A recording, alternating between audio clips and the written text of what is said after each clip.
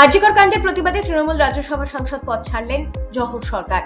মুখ্যমন্ত্রী মমতা বন্দ্যোপাধ্যায়কে চিঠি দিয়ে প্রসার ভারতীর প্রাক্তন সিইও রাজনীতি থেকে বিদায় নেওয়ার কথাও জানিয়েছেন। এর আগে আরজিকর কাণ্ডের প্রতিবাদে সুর চড়িয়ে শাসক দলের অস্বস্তি বাড়িয়েছিলেন তৃণমূলের রাজ্যসভার আরেক সাংসদ সুখেন্দু শেখর রায়। তবে এই প্রথম ঘটনার জেরে কোনো সাংসদের ইস্তফা দেওয়ার সিদ্ধান্ত সামনে এলো। মুখ্যমন্ত্রীকে লেখা চিঠিতে জহর সরকার জানিয়েছেন, তিনি গত 1 মাস ধৈর্য ধরে আরজিকর হাসপাতালের ঘৃণ্য ঘটনার বিরুদ্ধে সবার প্রতিক্রিয়া দেখেছেন আর ভেবেছেন মুখ্যমন্ত্রী কেন সেই পুরনো মমতা বন্দ্যোপাধ্যায়ের মতো ঝাঁপিয়ে পড়ে জুনিয়র ডাক্তারদের সঙ্গে সরাসরি কথা বলছেন না। 2021 সালের অগস্টে তৃণমূলের রাজ্যসভার সাংসদ হন কট্টর বিজেপি বিরোধী হিসেবে পরিচিত জহর সরকার।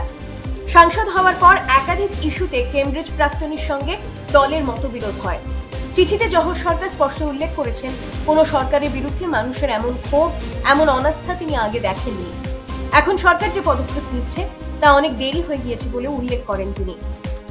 চিঠিতে জহর সরকার আরো লিখেছেন, এই মুহূর্তে রাজ্যের সাধারণ মানুষের যে স্বতঃস্ফূর্ত আন্দোলন এবং রাগের বহিঃপ্রকাশ দেখা গিয়েছে তার মূল কারণ শাসক দলের কিছু পছন্দের আমলা, দুর্নীতিগ্রস্ত ব্যক্তিদের পেশি শক্তির আস্ফালন।